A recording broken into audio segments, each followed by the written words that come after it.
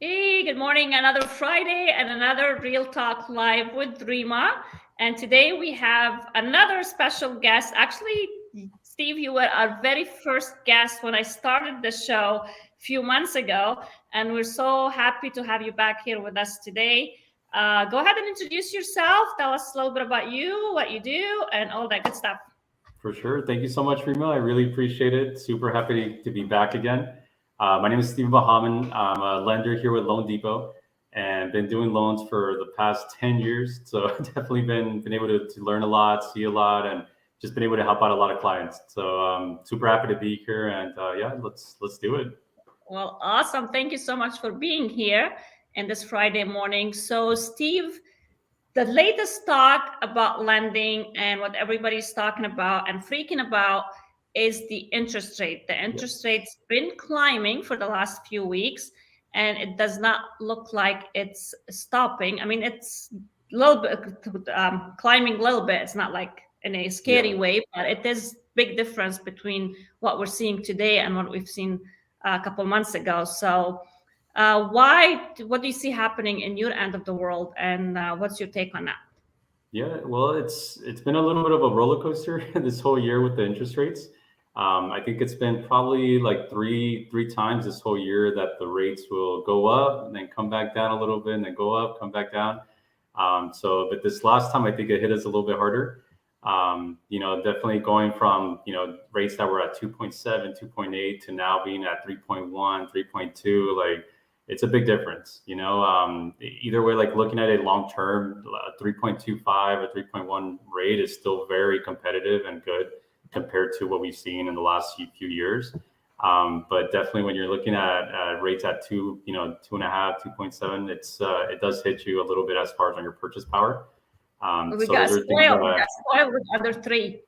yeah, exactly, exactly. So definitely, it's something that as a lender, being responsible and communicating that with our clients, and making sure that your pre-approvals are still good because that difference can make a big difference on your monthly payment. So we take that opportunity to just connect with clients and let them know what their monthly payments, what their interest rates. But I do see that trending, that trending and possibly going towards the end of the year, staying where we're at, maybe possibly going a little bit higher. So what's the interest rate today for FHA loan? FHA loan, you can definitely see them in the low threes. I've been seeing them like at 3.1, 3.25. So a conventional around the same, I would say, depending on credit as well. That's something that we look at with conventional and down payment, will make a difference. If you're buying a rental property, then you do see a little bit, usually like a quarter rate or half a rate higher than what you're looking at as a primary. So those rates are getting closer to like a 3.6 to 3.75. Okay. With houses appreciated so much for the last few years, that recent changes happened to you with jumbo loans too. Can you take us a little bit inside that and tell us like what's the difference now and what's the consumer need to expect if they're Yeah. looking for a higher end property, which is, in the Santa Cruz Valley now, everything is Yeah. higher. So it's actually a really, really good news. It was amazing to see that, the conforming loan limits going up, from where we were at 548 to going up to 625, which it opens up, just makes lending a lot easier for clients to qualify in that within that price range. The big difference is that, like, let's say you're buying a house, a few months ago and you bought a house at 600,000, you were needing to come in with like almost 10% down or more to keep that under that conforming limit. And then now, since that limit went up to 625, you can actually take advantage of low down payment programs with conventional financing, like almost, as low as 3% down. So that's saving a lot of money for clients, and it just makes it easier to qualify within those loan limits. Once you exceed a certain loan limit, you kind of jump into jumbo territory, and jumbo territory is, that's a different ballgame. You're seeing like bigger down payments, a little bit more restrictions as far as debt to income ratios, credit, reserves. So when that conforming limit goes up, it just definitely helps out more customers, and just being able to make it easier to lend. So definitely, we're in the lookout to see what's going to happen here going into next year, and how much more is going to help out the market to get more clients to be able to qualify. And what's your biggest challenges right now with loans? Well, I think a lot of it is, there's still a lot of competition with being able to get your offer accepted. I think we have a lot of buyers that are still good, motivated, and they have the income, credit is there, they have the savings, but it's just being able to get into escrow, and that's where I think the biggest challenge is, where we just have to work harder and work together as a team to make sure that we can get that offer accepted, whether, getting underwritten approval. So that way, your file's already underwritten and it looks good for the sellers. And at the same time, just working together with our real estate partners to have that open communication with the listing agents and, just be able to connect and show how good the file is so we can get that offer accepted. But I think that's really the biggest challenge I'm seeing. Do you see with the higher interest rate, do you see things slow down a little bit, or still it's moving at the same pace, or kind of soften? Like, what's your take on that as far on the lending side? I think initially, maybe the first week of like when you see the rates increase like that, you might see a little bit of a slowdown. Once the dust settles, there's still people that are still wanting to buy. They're still out there purchasing. So the business is still there. Then I see it's still pretty steady.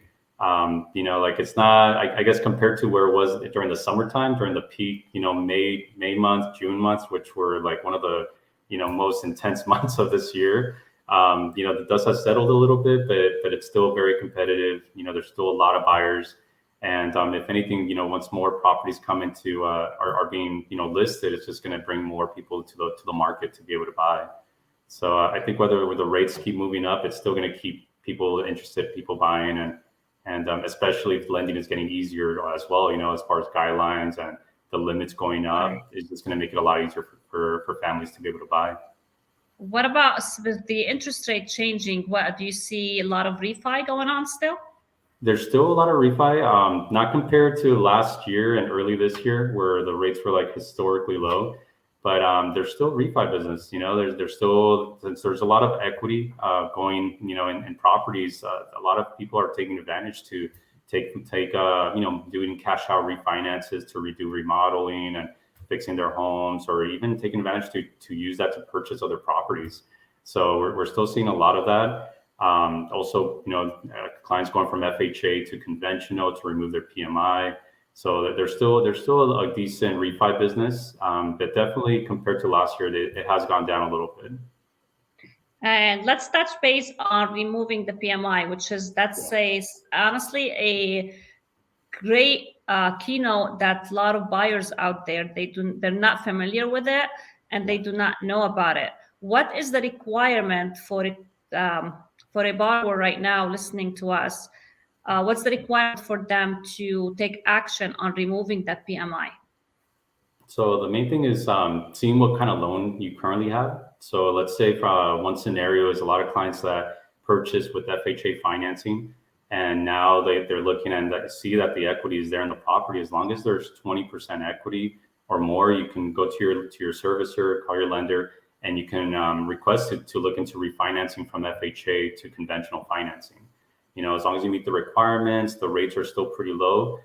You're usually looking at some good saving, removing that PMI, and possibly if you can lower your interest rate or keep it around the same, you'll still see a good savings there.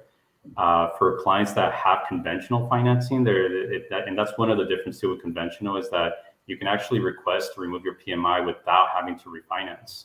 So that's something that you can call your current servicer, your current lender, and do a pulse check of your loan and see if you're in a position where you can just request to have that PMI removed, whether it's doing an appraisal on the property with your lender, or just different types of way to structure it where they have different options to remove that PMI without having to refinance. So that's definitely something to look after. Yeah, that's huge, especially with the appreciation that happened the last couple of years. Like a lot of consumers, they do not know about it, and everything appreciated. Everything's going higher and higher. And it seems like the dollar is shrinking as we go day by day. And for me as a buyer right now, as you know, you're doing my loan, I was shocked with the fees that now have increased, especially the appraisal fee. Like not too long ago, we were paying $500-$600 for an appraisal. Yeah. And now it's in the 8s and 9s. It's like, I was shocked myself, when we ordered the appraisal, paying that fee. And it's just that way we have to prepare our clients for that too, because that's $200-$300 from what they were expecting. And we have to implement that in their cost and fees. So what is going on with that? So with appraisers, there's definitely a shortage, and especially because of all the demand, all the transactions that are happening, you are seeing a shortage in appraisers. And it kind of started already during COVID last year, where you started seeing a little bit of prices going up little by little. This year, we definitely got a hit on the appraiser fees, going up to almost $700, depending on the property, depending if it's a purchase for a rental or a primary. They have different costs, but you're definitely seeing that. And I've done some loans up north, and it's even, the shortage is even worse. Some appraisers are taking 2 to 3 weeks to go out and do inspections out up north. And those are things that we have to make sure is communicated up front with the agents, and a lot of agents know, like the time frames, and so that way we know how to structure the loan and the escrow. You're not seeing that delay too much out here in LA County, but because of that shortage, you're seeing those fees going up, and it's just something that we just have to prepare our clients for, to make sure that they have enough funds to pay for the appraiser, for their home inspection, and then all the fees that come into play also when you're purchasing a property. Right, I see termite gone up. I see a lot of fees have gone up. Home inspections, so everything, so everything follows.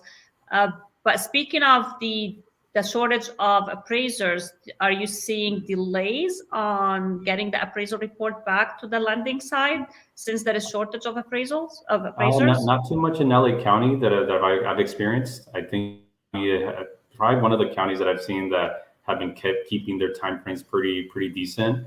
You do see that more in other counties that I've experienced, like in Kern County, up north, in like San Francisco, Monterey area. They're definitely, they are taking a little bit longer, and it's something that the community in the market, they already expect that. I have conversations with agents up there, and they already, they're telling me, man, like, what's going on? Because the last few transactions, they've had to wait 2 to 3 weeks to have an inspection out there. So that's something you are seeing in other states. I've heard it's even worse. I've heard some states are taking even a month to get an inspection. So, unfortunately, here in LA County, we're still good. I would say that on average, 7 to 10 days is a good time frame to have an appraiser out there inspected and have a report back with your lender.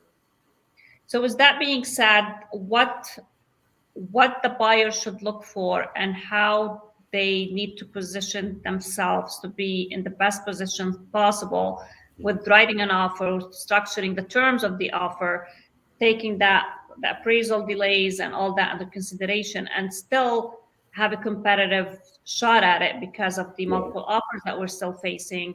And as you know, everybody's now removing almost all contingencies, and they're not leaving any leverage for the buyer to work around any delays or time frames. So how the buyer can overcome that, and how would they position themselves, you think, on the lending side to make their offer shines and win? I think with the lending side is just working with the right team, working with the right lender, a lender that's going to be proactive, and I think it's huge, especially right now, when you're coming in with no loan contingencies or appraisal contingencies, to really have a good, connection and communication with your lender. Making sure that you're getting underwriting approval, not just, a pre-approval. You can get actually a full underwriting approval. Appraisers, making sure that we're ordering appraisals on day one, that as soon as you get it to an offer accepted, you're in communication, you're texting your lender, we're getting disclosures out to you on day one, and ordering the appraisal that same day. So it's just all about communication and making sure that your lender is proactive, and during the process, checking in, having your lender check in with you every 2 or 3 days, or you can check with your lender too, text them like, hey, how are we looking? Any conditions needed?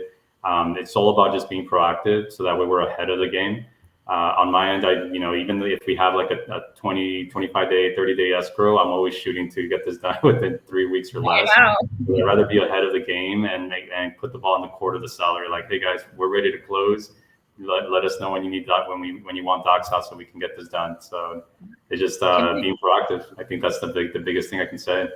Yeah, and stay in communication. Communication is key, just like you said. Like if people know what's going on, they are at ease rather than just disappear on them and ghost them. Exactly. So, yeah. There's definitely curveballs that can happen sometimes in transactions. So as long as you're in communication, you can definitely be ahead of the game to find solutions and get things done. 100%. And what's your take on the market? Like, the question always pops up, what's going on with the market? Is it going to crash? Is it going up? Is it going down? Yeah, that's definitely something that comes up a lot, and especially this whole year, last year. It's one of those topics that I probably have stopped, certain buyers to really go all out and really get into the market and purchase. Is that question is like, hey, I'm waiting till the market crashes and all that. And, honestly, on my end, and just with what we're looking at and the trend that we're looking at with LA County and, in the US, I really don't see a crash really happening. Like rates are still good. Their lending is becoming easier to be able to purchase, more flexible with guidelines, with loan limits. I think if anything, it's just going to create more buyers out there to be able to get out there and purchase and become homeowners. So, if anything, like you might not see all the overbidding that was happening earlier in the year. I think that might be settling down a little bit, but I think it's going to be a healthy market going into next year, where you'll see plenty of inventory coming out, but there's still going to be plenty of buyers still waiting to buy and become homeowners. So, with that, and if that continues, I really don't see a crash. It's more of like just settled and more of a healthier market, where it's just, appreciating, maybe 2 or 3% per year, opposed to what we were seeing these last, 12 months, 24 months. So, yeah. I mean, it's going to take us a while till we catch up to a normal market for sure. We're still under inventory, still low, historically low. We still have, like you mentioned, so many buyers out there. So it's going to take us a while to catch up. And not to mention, sellers have so much equity on their homes. So for people out there to think the market's going to crash, it's like, how? For something to affect the market, a borrower needs to be behind big time, or market has changed significantly to lose on the equity. But I mean, people are sitting on so much equity. We built so much equity on our homes that, I mean, where the crash is going to happen. So this is my take on it. I think we're going to have a strong 2022. Like you mentioned, buyers going to still buy. Inventory is going to keep low. I mean, probably will increase a little bit, but I think it's going to be in shifting to kind of gradually growing. But I believe 2022 is going to be still a tough one for buyers. So for who's waiting, I strongly advise to buy. I'm buying, as you know, so I'm not stopping. This is our second one for the last 2 months. So I'm happy with it. And I always say, practice what you preach. So I love real estate, and I buy if I see a good deal, and then it's nothing more amazing than owning a real estate, and nothing safer than having your own real estate. That's my take on it. So final thoughts for the day. Any advice, suggestions for who's listening out there? Yeah, the same thing. I would just say, if you've been kind of waiting to see what's going to happen, or maybe just even waiting to see to purchase the next 6 months or a year, if that thought is there, I would definitely recommend reaching out to your lender, reaching out to your realtor, and at least having a look at where you're at with everything. It gives you a good opportunity to see if there's anything you need to work on, if we need to structure anything, especially going for self-employment. If you're going into next year to do your taxes, it's always good to do a pulse check before the end of the year to see where you're at, and we can work together to get you to that qualification, to get you approved, and be able to work together finding a property. So definitely, I wouldn't wait. I wouldn't wait, and just I would get started right away. and interest rate probably is going to go higher. So that's going to affect their buying power, anybody's buying power. So, well, Steve, thank you so much for joining me this morning. It's always good to have you and have your input on the market and the lending side. We appreciate you. You've been our partner for a few years now. We love working with you, and thank you so much for all what you do. Thank you for joining me this morning, and have an amazing weekend. Awesome. Thank you so much, Rima. Thank you, Steve. Take care. Take care.